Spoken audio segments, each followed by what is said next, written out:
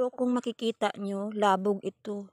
Ibang variety ng labog. Wala siyang tinik at saka malalapad yung dahon niya. Masarap din to sa sa paksiw ng isda. O pwede man sa manok.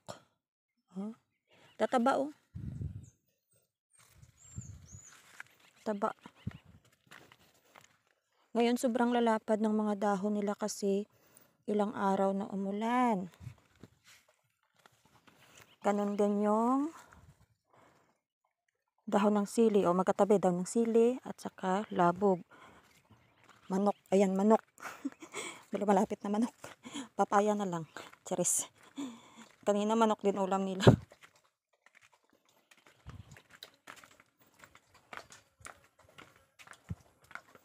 So, maraming taga-abang dito.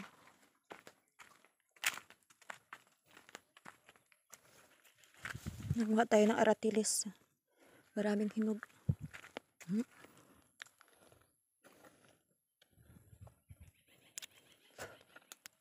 Ayun pa.